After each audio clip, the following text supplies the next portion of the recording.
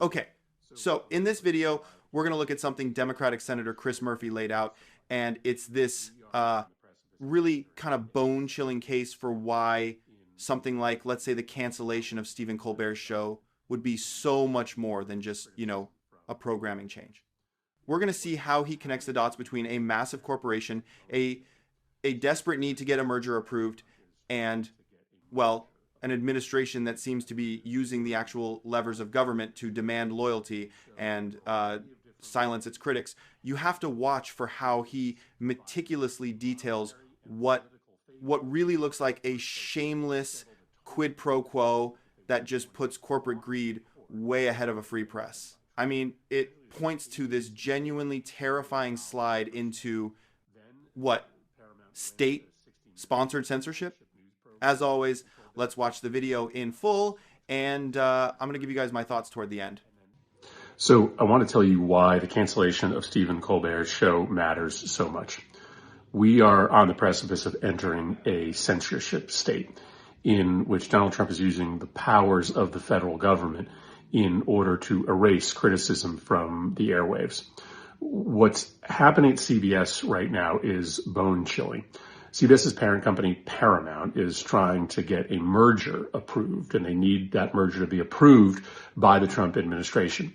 And so in a variety of different ways, Paramount is providing monetary and political favors to Donald Trump. First, they settled a totally bogus lawsuit that they would have won in a walk in court that was filed against them by Trump. They essentially just paid him $16 million personally. Then Paramount went to 60 Minutes, their flagship news program, and told them to stop criticizing Donald Trump so much. Why? Because they need this merger approved. And then finally, they have now canceled Stephen Colbert's show, knowing that Stephen Colbert was a nightly thorn in the side of Donald Trump. This is all clearly designed to get their merger approved so that their millionaire and billionaire owners and investors who are already filthy rich can become even more filthy rich.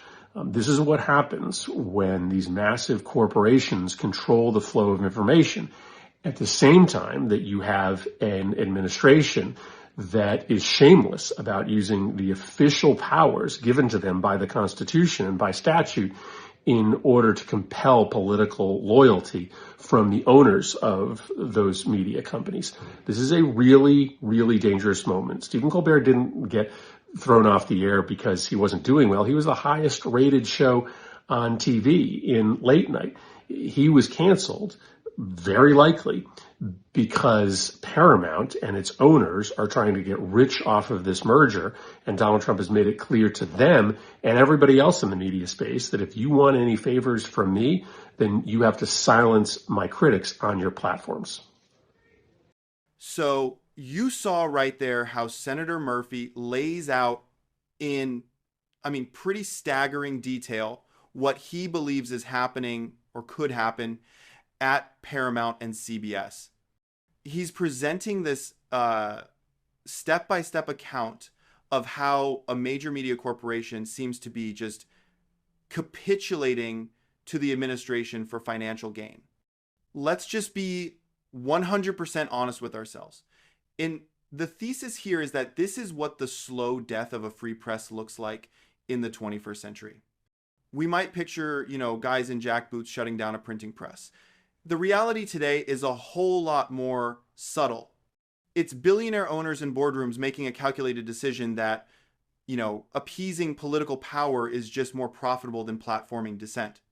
Let's just break down the claims he makes. First, he says Paramount settled a totally bogus lawsuit filed by Trump, basically just handing him, $16 million.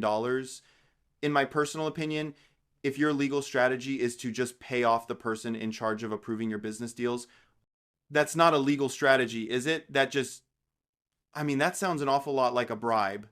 Then you hear him say Paramount executives went to 60 Minutes.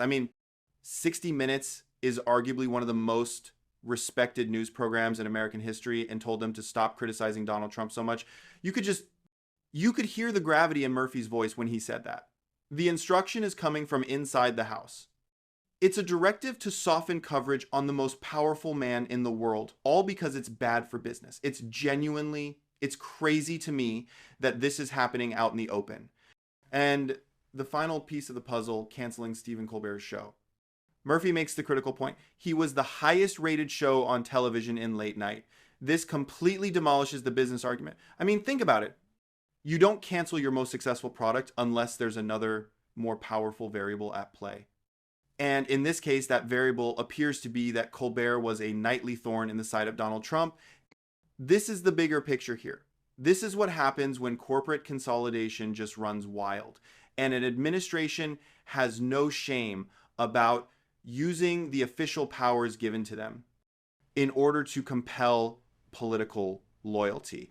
It creates this chilling effect. Paramount is allegedly doing this to get their merger approved. So what are other media companies thinking now? What are they willing to do? The message being sent is pretty unavoidable, as Murphy puts it. If you want any favors from me, then you have to silence my critics on your platforms. It's some kind of loyalty test, and Paramount, in this telling, has decided to pass it by sacrificing one of its biggest stars. And a really critical voice. This whole situation is so much bigger than just one late night host. It's about whether a news and entertainment company's main job is to inform and entertain, or, to curry favor with powerful people. Let me know your guys' thoughts down in the comment section below. And while you guys are down there, do me a massive favor, hit that subscribe button, and also give the video a thumbs up as well.